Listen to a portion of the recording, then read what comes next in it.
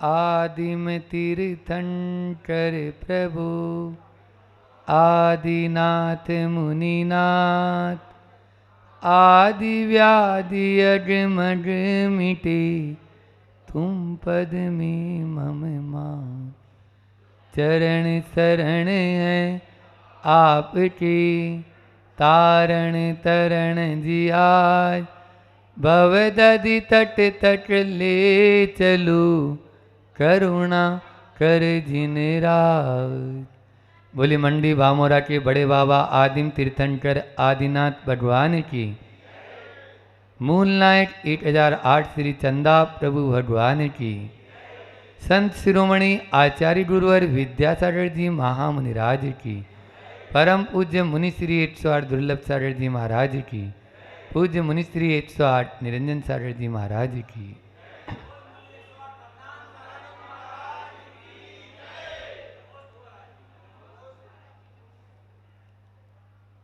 कहीं पर दीपक जले और अंधेरा नहीं छटे, ऐसा हो सकता है क्या?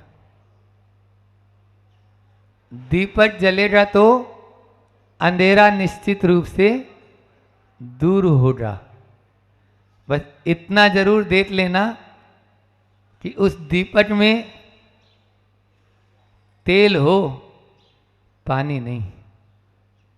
उस दीपक में तेल हो, पानी नहीं, नहीं तो थोड़ी सी देर बाद में ही बुझ जाएगा।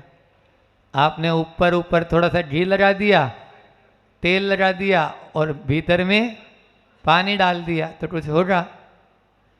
विगत दिनों में 8-10 दिन से सम्यक दर्शन के उन अंगों की चर्चा हम कर रहे थे, जिनके माध्यम से हमारे भीतर का वह अंधेरा दूर हो जाए। दीपक जलाने की कोशिश अपन सबने की है, तो वह दीपक जलाया है तो निश्चित रूप से अंधेरा भी तो चटना चाहिए। ऐसा तो है ही नहीं कि केवल मात्र दीपक जला लेंगे, उससे कुछ नहीं, माचिस की तिल्लियां और बर्बाद हो जाएगी। निसंकित, निकांक्षित, निर्विचिकित्सा, अमूढ़ दृष्टि, उपगुहन, स्थितिकरण, वात्सल्य और प्रभावना, इन 8 अंगों की चर्चा विगत दिनों में बहुत अच्छे से अपन ने उदाहरणों के माध्यम से की थी। लेकिन आज उस दीपक के द्वारा जो प्रकाश हुआ है, हमारे भीतर वह आया या नहीं आया, उसका थर्मामीटर हम देना चाहते हैं। आचार्य उमा स्वामी महाराज ने तत्वार सूत्र में भी कहा है, प्रसम, संवेद, अनुकंपा, आस्तिक्य, इनका जब तक जीवन में लक्षणम, अभिव्यक्ति लक्षणम, प्रथम सराट संयम दर्शनम।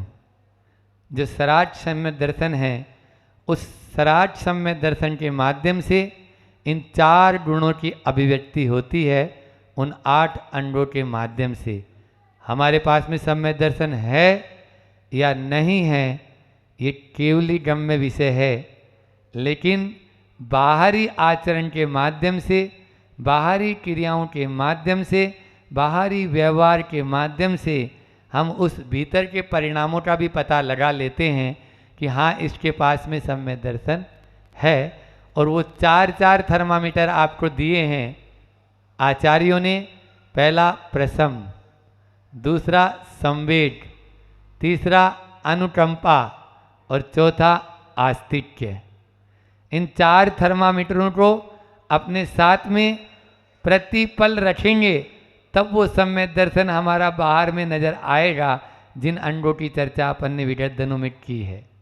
अन्यथा कुछ भी नहीं है। ये 4 गुण यदि अपने जीवन में नहीं है, तो आपके सम्य दर्शन पर प्रश्न चिन्ह लगेगा। प्रसम क्या है महाराज जी? कसायों का अनुद्रेक होना प्रसम भाव है। क्या बोला मैंने? कसायों का अनुद्रेक, कसाएं समाप्त नहीं बोला है मैंने, वो तो मेरी भी समाप्त नहीं हुई अभी तो आपकी क्या होगी? और मेरी नहीं, मेरे से आगे चलने वाले जो हैं वो भी 10वें गुण स्थान तक यह पीछा नहीं छोड़ती है। लोभ कसाई जो होती है वह सूक्ष्म मोह 10वें गुण स्थान तक है। अभी तो 6ठे 7वें से ऊपर जा ही नहीं सकते, पटरी नहीं है। तो अब देख लो 8 9 10 और अभी ऊपर भी पटरी है। तो इसलिए तो यहाँ कसायों का अनुद्रेक बोला है। हम कसायों को पूर्ण रूप से समाप्त नहीं कर सकते हैं, लेकिन कम तो कर सकते हैं। हम बोले आप गुस्सा का त्याग कर दो, हो ही नहीं सकता। मैं नहीं कर सकता हूँ तो आप क्या कर लेंगे? लेकिन जो गुस्सा आ रहा है उसको जहाँ रुके वहाँ रोक सकते हैं, पहली बात है ना। अब गाड़ी बहुत तेज है तो उसको रोकने में भी टाइम तो लगेगा ना, नहीं तो ब्रेक जैसे ही आप लगाओगे तो वो पलटी खा जाएगी, तो गड़बड़ हो जाएगा। इसलिए गुस्से का हम त्याग नहीं कर सकते, लेकिन गुस्से का ड्यूरेशन कम कर सकते हैं, है ना। जब गुस्सा आ जाए, अच्छा बत लिया अपन ने, जो बोलना था बोल दिया, उसके बाद में क्षमा याचना कर सकते हैं, उसके बाद में पश्चाताप कर सकते हैं, उसके बाद में रो सकते हैं। रोना बुरा नहीं है, मैंने परसों ही बोला था, है ना। हाँ देखो, अपन ने जो बात गुस्से में कही वो यदि हंसकर कह देते क्या बिगड़ जाता, है ना। तुम्हारा रुतबा घट गया होता, तुम्हारा सम्मान मान घट गया होता। जो बात कही गुस्से में वही यदि बात हंसकर कही होती, है ना, कुछ भी नहीं होता। और हो सकता है हंसकर कहने में वो बात होती भी नहीं उतनी। तो ये चीज़ें, तो ये प्रसम भाव कहते हैं। कसायों का उपशमन करना ही प्रकृष्ट रूपेण समन इति प्रसम भाव, है ना। अच्छे से समन कर देना, दबा देना। अभी वो खत्म नहीं हो रहा है, लेकिन उपशम हो गया, है ना। पानी होता है ना, तो पानी में अपन यदि मान लीजिए पानी है, उसमें गंदापन नजर आ रहा है, एक फिटकरी थोड़ी सी घुमा दी, साबुत डडला लिया, एक ढेला और घुमाई, थोड़ी देर बाद में देखो आप अच्छा पानी ऊपर आ गया, नीचे बैठ गया। बस हम वो फिटकरी हैं, हम वो फिटकरी का काम ले लो हमें, कि हम आपको उसमें पानी में आपकी जो कथा है उसमें घुमा दो हमारी फिटकरी। गुरु के वचन जो है फिटकरी का काम करेंगे, तो वो उपशमित हो जाएगा, है ना। कसायों को कभी भी कम भी मत समझो। एक नीतिकार ने एक श्लोक लिखा है कि अणथोवम व्रणथोवम अज्ञिथोवम कसाय थोवम बा नवी ससी अवि थोवी भी बहुगुणों दोषो ही। मतलब इसमें लगता छोटा सा है लेकिन बहुत बड़ा उसमें, जैसे उदाहरण दे रहे हैं, एक नहीं 3 उदाहरण दे दिए आचार्यों।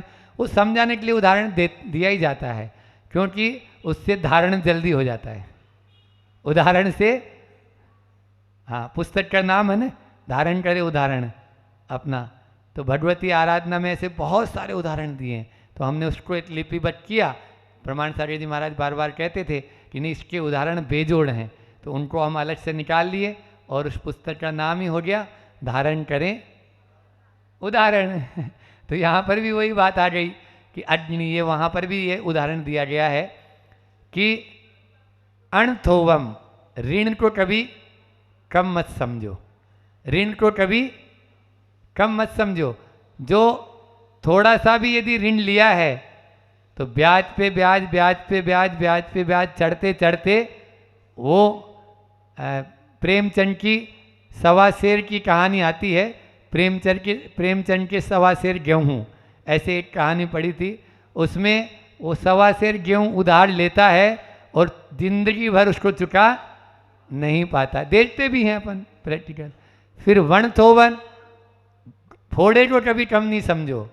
घाव है ना, छोटी सी फुंसी है, कब नासूर हो जाए कोई पता नहीं। रोज खा लेती है, बोलते हैं रोज खा ली, यहाँ फुंसी हुई मान ली, फोड़ ली अपन ने। अब फोड़ तो ली, उसके बाद में उसको आ गया गुस्सा। तो बस एक के ऐसा हुआ कि एक बार अंगूठे में छोटा सा घाव हुआ, ठीक है, तो घाव हुआ तो वो वैद्य जी के पास गया, वैद्य जी अंगूठे में घाव हो गया है। भैया तुम्हारा घाव तो बहुत ज़्यादा हो गया है।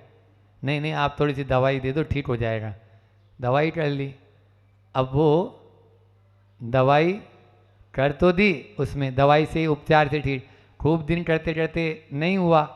अब वो धीरे धीरे बढ़ते बढ़ते पूरे पंजे में हो गया। बोले भाई अब तो तुम्हारा पंजा काटना पड़ेगा। नहीं नहीं वैद्य जी आप तो हमारा बस ये अंगूठा काट लो ना, पूरा पंजा नहीं काटो। ठीक है भैया देखते हैं अंगूठे से काम हो जाए। तो अंगूठा काट लिया उसका। फिर थोड़े दिन बाद में और बढ़ता बढ़ता पूरे टटने तक हो गया।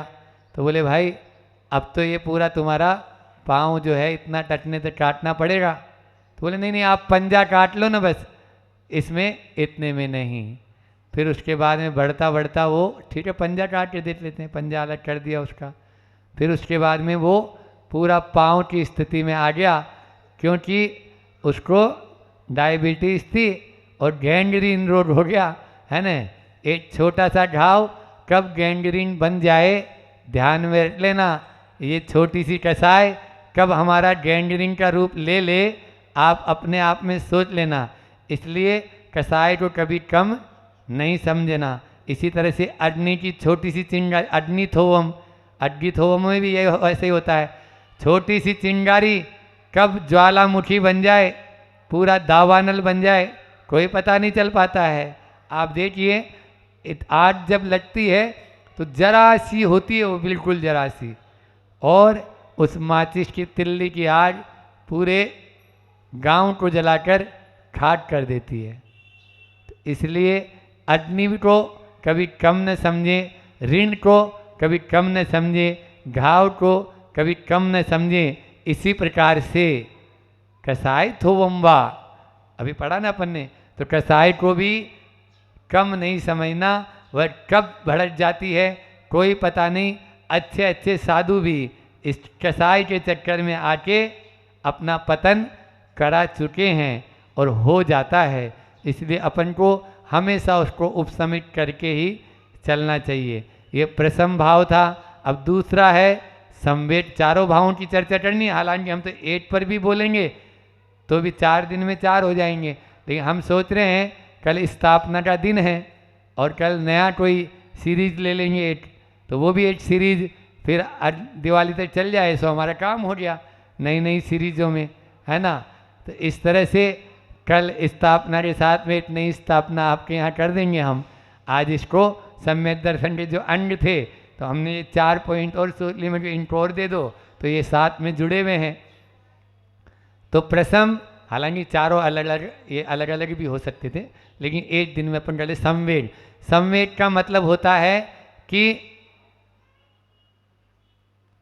अपने मतलब यानी संसार से भीति और प्रभु से प्रीति तब आता है संवेद। पूरा प्रवचन ही किया हमने, है ना। 36 त्याग 36 तप, इसके पहले 16 कारण में संवेद भावना भी होती है, उस पर किया है। तो इसमें संवेद होना जरूरी है। जब तक संसार से भीति नहीं होगी, आचार्य श्री बोलते हैं 3 काल में प्रभु से प्रीति नहीं होगी। इसलिए संवेद होना बहुत जरूरी है। संवेद होगा हमारे भीतर में, हमारी जो मतलब जिसको बोलते हैं परिणामों में, तब ही हम प्रभु से, आपको कोई कह दे कि नहीं आपको ऐसा ऐसा हो गया है, देखो फिर तुरंत ही हम प्रभु के साथ में लग जाए। इसलिए संसार, शरीर और भोग, 3 चीजें, संसार, शरीर, भोग, निर्विण्णा, यही वैराग्य की सही परिभाषा है। इन संसार, शरीर और भोगों से जो दूर हो जाता है वही संवेद को अपने जीवन में अपना सकता है। हम क्या अभी शरीर की तरफ देखते हैं, शरीर में थोड़ा सा कष्ट हुआ तुरंत बस अरे नहीं नहीं, इसको थोड़ा सा नमक कम हो जाए थाली में, संवेद की बात कर रहे हैं हम।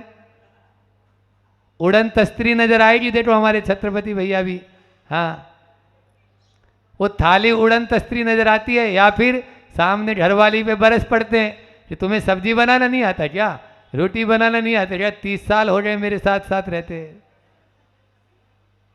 बोलो क्या हुआ? संवेद है? नहीं, इस शरीर को हमने ऐसा सुकुमाल बना रखा है महाराज, वो जीभ से नीचे ही नहीं उतरता है। उतारने की कोशिश करो और नहीं तो एक लात मारो, थाली को नहीं, हाँ, और पत्नी को भी नहीं, काय को? अपने को, अपने मन को, उसको मारो एक लात। खाना है तो खा ले, नहीं तो महाराज को नहीं देखता है, आज 20 साल से नमक नहीं खा रहे हैं वो, और तुम एक थोड़ा सा मान के चलेंगे, संसार प्रभु से प्रीति तभी हो पाएगी। हाँ, दोनों का जोड़ा है, या तो प्रभु से प्रीति कर लो तो अपना आप सम्मेट होएगा, या संसार से भीति कर लो, शरीर से भीति कर लो, भोगों से भीति कर लो, पंचेंद्रियों के विषयों में उलझोंगे, 3 काल में संवेद नहीं होगा। आराम से डल्लब के गद्दा पे और अच्छी मोटी मसंद लगा के ठर्राटे भरोगे, कौन सा संवेद होने वाला है? संवेद का मतलब होता है संसार से भीति। महाराज एक तरफ तो आप बोलते हो भय जो है सम्यक दर्शन का, सम्यक दृष्टि का जो है कभी भयवान होता ही नहीं है। आपने तो बोला था निसंकित निकांक्षित, हाँ निसंकित, पहले अंग में ही आपने बोला था कि सम्यक दृष्टि कभी भी भय से सहित नहीं होता है, वो तो भय से, और आज उपदेश कर रहे हो कि भयवान होना चाहिए। हाँ, हमारे यहाँ यही तो बात है, एक ही मुठ से हम दोनों बात करेंगे। एक सिक्के के 2 पहलू होते हैं, एक तरफ देखो तो टेल और दूसरी तरफ तो हेड। हमारे यहाँ इसी को अनेकांत बोलते हैं, आप लोगों को दोनों अपनाना है। हमने जो बात कही थी वो भी सत्य है कि आपको भयभीत कभी नहीं होना है, नहीं तो आप सम्यक दृष्टि नहीं है, आपको हमेशा भयभीत रहना है, नहीं तो भी आप सम्यक दृष्टि नहीं है। महाराज जी ऐसा कैसा धर्म है अपना? यही धर्म है, अनेकांत धर्म है। कहाँ पर हमको देखो, आप लोग कोई भी काम करते हो तो वो इन दोनों के बिना हो ही नहीं सकता है, इन दोनों के बिना नहीं हो सकता है। मतलब जहाँ पर दिन है वहाँ पर रात भी है। अरे दिन जब ही तो बोलते हैं अपन जब रात का अस्तित्व है, ठीक है ना? तो एक दोनों, गुरु है शिष्य है, पिता है पुत्र है, पत्नी है पति है, सब दोनों साथ साथ चलेंगे ना, तभी तो वो पति बना। पत्नी नहीं होगी तो पति जाएगा बना, हमारे तरह रहेगा फिर तो वो। तो हम शिष्य हैं तो गुरु हैं, ऐसा। तो ये चीज़ें सापेक्ष कथन कहलाता है। इसको क्या बोलते हैं? आगम की भाषा में क्या बोलते हैं? सापेक्ष कथन। जब हम इन सापेक्ष कथन को लेके चलेंगे तब ही हमारा वह अनेकांत धर्म हमें आगे बढ़ा सकता है।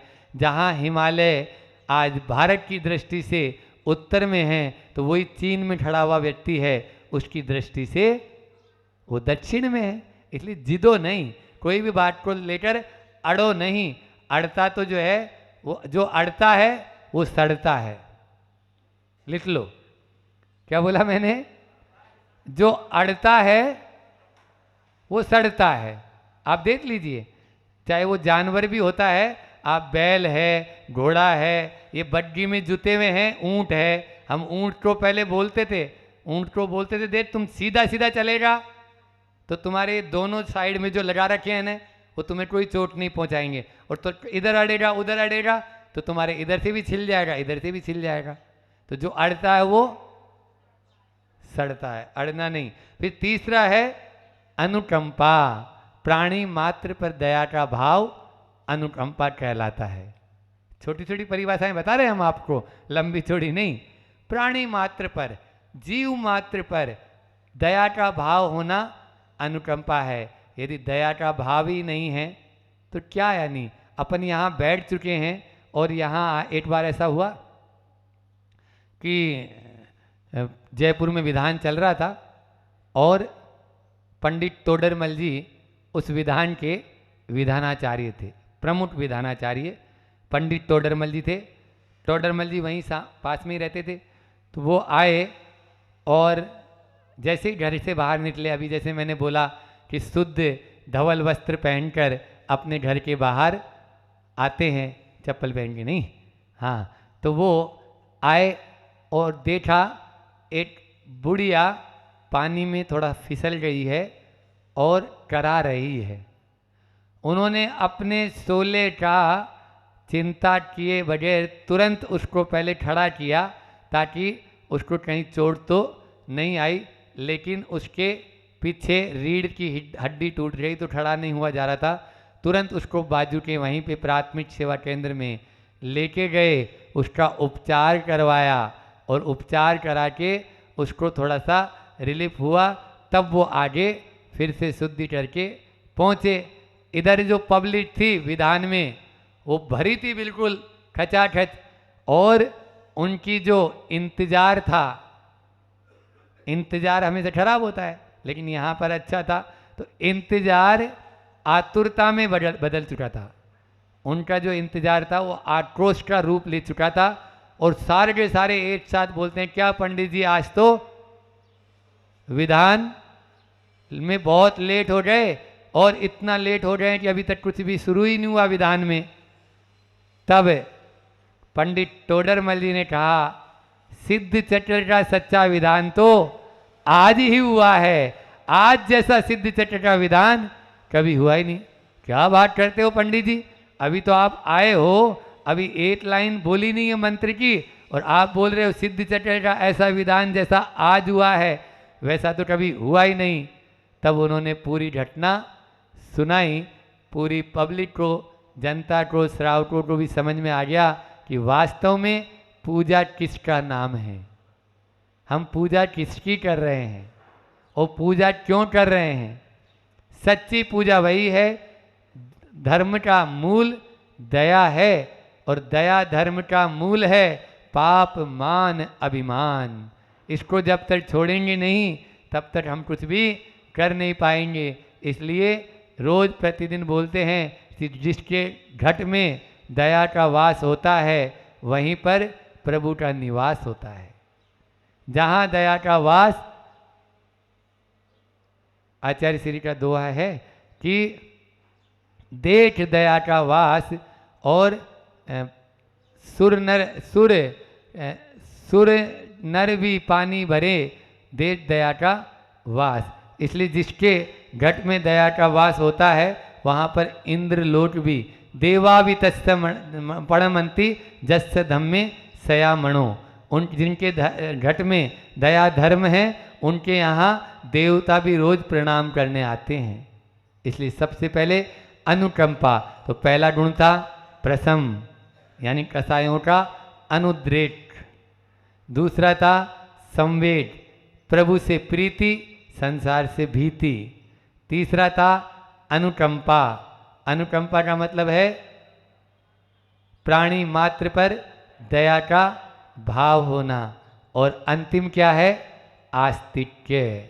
अंतिम क्या है, आस्तिक्य। लक्षणम अभिव्यक्ति लक्षणम प्रथम सराट सम्य दर्शनम, सराट सम्य दृष्टि की यही होती है, आस्था आपकी मजबूत होनी चाहिए।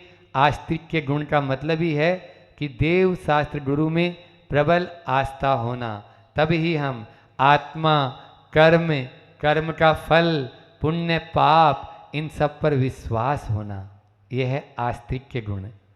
अरे अब कर्म किसने देखा, महाराज जी तो कुछ भी बोलते रहते हैं, उन्होंने क्या खुद ने देखे क्या, देखा भले ही नहीं हो। सुनो, कर्म का देखो, आप लोगों को विश्वास दिलाने के लिए और बोल देता हूं। आप उन कहारों को देखो सीकर जी के पहाड़ पर, जो किसी को पहाड़ की वंदना कराने के लिए लेके जा रहे हैं, और समझ लीजिए कर्म क्या है। एक उनको देखो जो डोली को उठाए हुए हैं, और एक उसको देख लो जो डोली में बैठा हुआ है। इसी से समझ में आ रहा है कि कर्म और कर्म का फल क्या होता है। निश्चित रूप से आज किसी को सुंदर रूप मिला है तो वो ऐसे ही नहीं मिला, उसने पूर्व में कोई भक्ति की होगी। भक्ति सुंदर रूपम, आचार्य समंदर भट्टाचार्य स्वामी कहते हैं। तो इसलिए इन पे पुण्य पाप आदि पर, एक बार ऐसा हुआ कि एक व्यक्ति था, उस व्यक्ति ने, वो बड़ा नास्तिक था। क्या था, बहुत नास्तिक था। और नास्तिक था तो वह, एक डिबेट हुई और उस डिबेट में लगभग लाखों, मतलब कई लाख लोग, 4-5 लाख उसमें शामिल हो गए।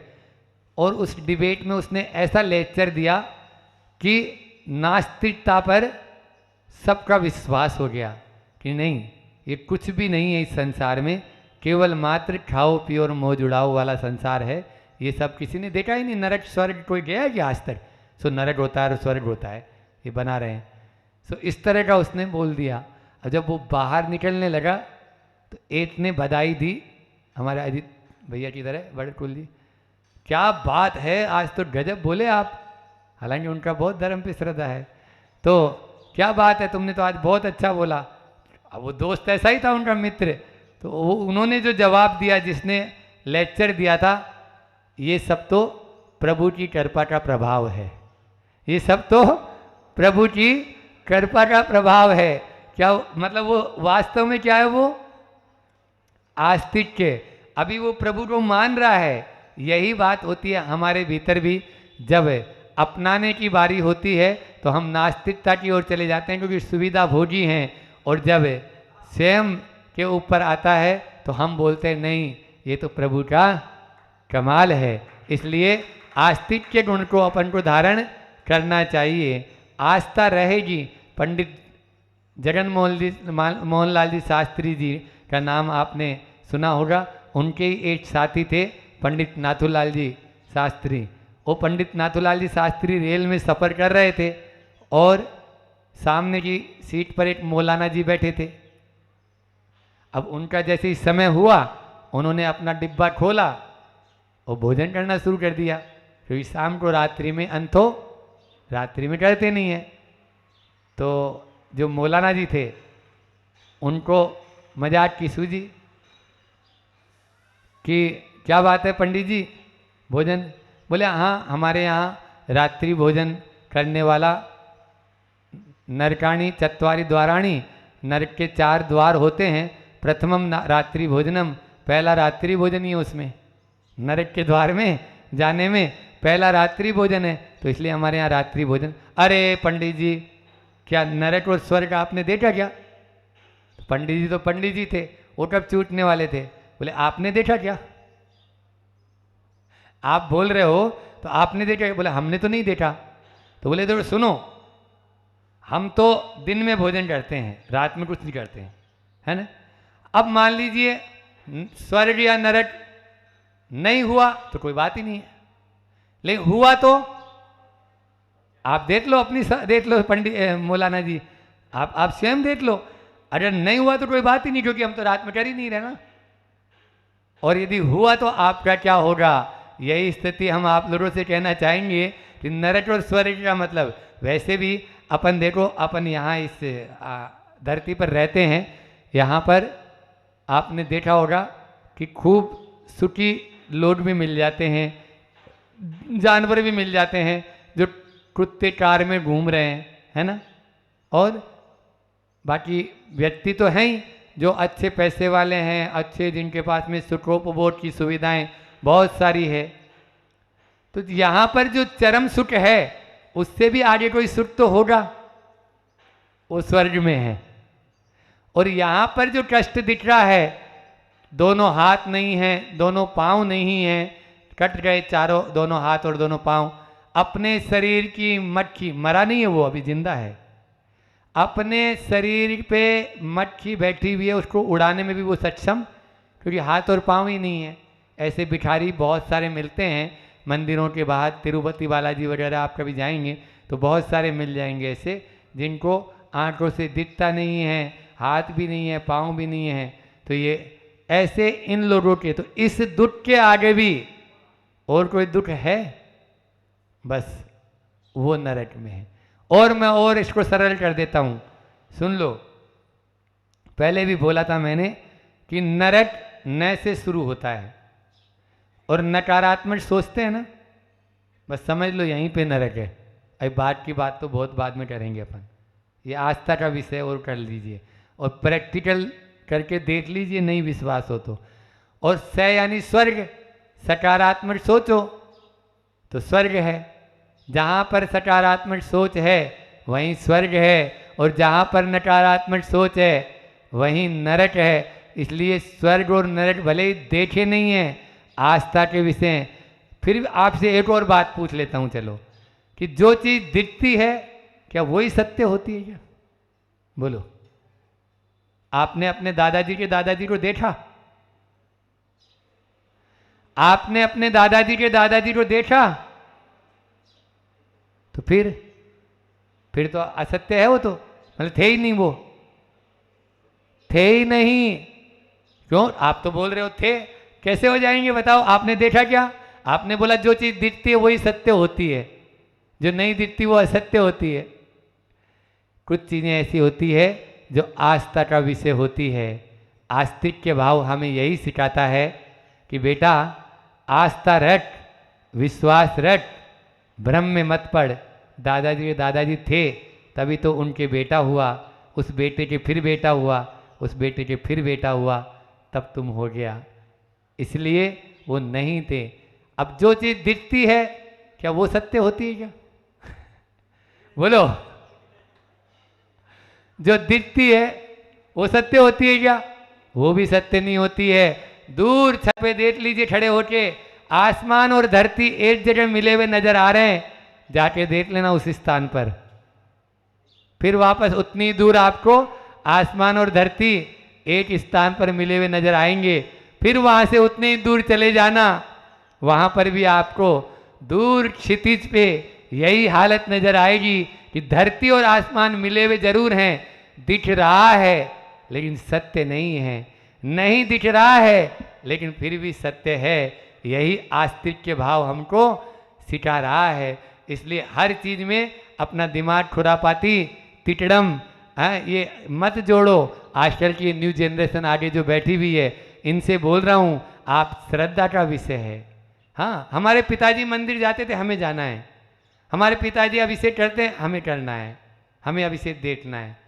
ये चीज़ें होनी चाहिए। हमारे दादाजी ऐसा करते थे। इसलिए आचार्य श्री बोलते हैं ना, पीछे भी देखो, पिछलग्गू मत बनो, पीछे रहोगे, है ना। अपन को अपना इतिहास देखो। हमारे दादाजी क्या करते थे वो करना शुरू कर दो। मैं गारंटी से कहता हूँ कि सोने की चिड़िया नहीं, सोने का शेर 1 साल में बन जाएगा भारत। 1 साल में बन जाएगा। जो हमारे पूर्वज करते थे वो वापस से करना शुरू कर दो। बस वहीं दूध की नदियाँ, घी की नदियाँ, वहीं पे शांति, वहीं प्रेम, वहीं सौहार्द, वहीं वात्सल्य, वहीं सम्य दर्शन के 8 अंग, वहीं प्रथम संवेद, अनुकंपा और आस्तिक्य आए बिना रह नहीं सकते हैं, रह नहीं सकते हैं। इतने प्रवचन की जरूरत ही नहीं है। आस्था चैनल और संस्कार चैनल और जिनवाणी और कितने सारे चैनल प्रतिदिन 24 आवर्स इंटू 7 7 दिन चल रहे हैं, लेकिन फिर भी फर्क नहीं पड़ रहा है। क्यों नहीं पड़ रहा है? क्योंकि ये चारों गुण नहीं आ रहे हैं। इन चारों को उतारना है। इतना ही रखते हैं, समय भी हो चला है। एक हाइकू जरूर ले लेते हैं। हाइकू लेने के पहले दया की बात की थी तो उस पर दोहा सुना देते हैं। भूखे परिजन देखकर भोजन करते आप। आचार्य श्री का दोहा है ये भी, दोहा अनुवाद उनका लिखा हुआ है। भूखे परिजन देखकर भोजन करते आप और फिर भी खुद को समझते दया मूर्ति निष्पाप। दया मूर्ति निष्पाप, ऐसे दया मूर्ति और निष्पाप समझ भले ही लो आप अपने आप को, होने वाले 3 काल में नहीं है। इसलिए पहले भूखे को भोजन करा दो और उसके बाद में स्वयं भोजन कर लो। कई बार ऐसे बड़े बड़े काम अच्छे करोड़ों रुपए का दान दे देंगे, लेकिन भूखे को 1 रोटी नहीं देंगे। जब वो मर जाएगा उसके कफन के लिए जरूर आप अपना नाम लिखवा देंगे कि भैया इसमें मेरा भी नाम लिख देना, है ना। लेकिन जब वो जिंदा था, जब बोल रहा था कि 1 रोटी दे दो, तब नहीं दे पाए थे, और उसी रोटी के कारण वो जी जाता और आगे भी। लेकिन कफन में लिखाने वालों में अपना नाम न हो, रोटी खिलाने वालों में अपना नाम हो, तभी धर्म की सार्थकता होती है। आचार्य श्री जी कहते हैं, आस्था व बोध, आज का हाइकू है, आस्था व बोध संयम की कृपा से, संयम की कृपा से मंजिल पाते। आस्था व बोध संयम की कृपा से। आज इतने दिनों में अपन ने सम्यक दर्शन की जो चर्चा की है, उस आस्था को कहें या बोध का मतलब ज्ञान है। तो सम्यक दर्शन और सम्यक ज्ञान, ये जब तक सम्यक चारित्र है तब तक ही टिक पाएंगे, अन्यथा वो भी टिक नहीं पाएंगे। इसलिए संयम बड़ा है। प्रैक्टिकल बनो, प्रायोगिक बनो, तब ही हम उन सम्यक दर्शन के 8 अंडों का और आज जिनकी चर्चा मैंने आप सबके साथ की है उन 4 गुणों का, प्रसम, संवेग, अनुकंपा और आस्तिक्य, अभिव्यक्ति लक्षणम, प्रथम सराट सम्यक दर्शनम, आचार्य उमा स्वामी महाराज की यह उक्ति हमारे जीवन में आए, बार बार इनको याद करेंगे तो निश्चित रूप से आएंगे। आप सबका समय भी हो चुका है। इतना ही कहकर मैं अपनी वाणी को विराम देता हूँ। बोली अहिंसा परमो धर्म की जय।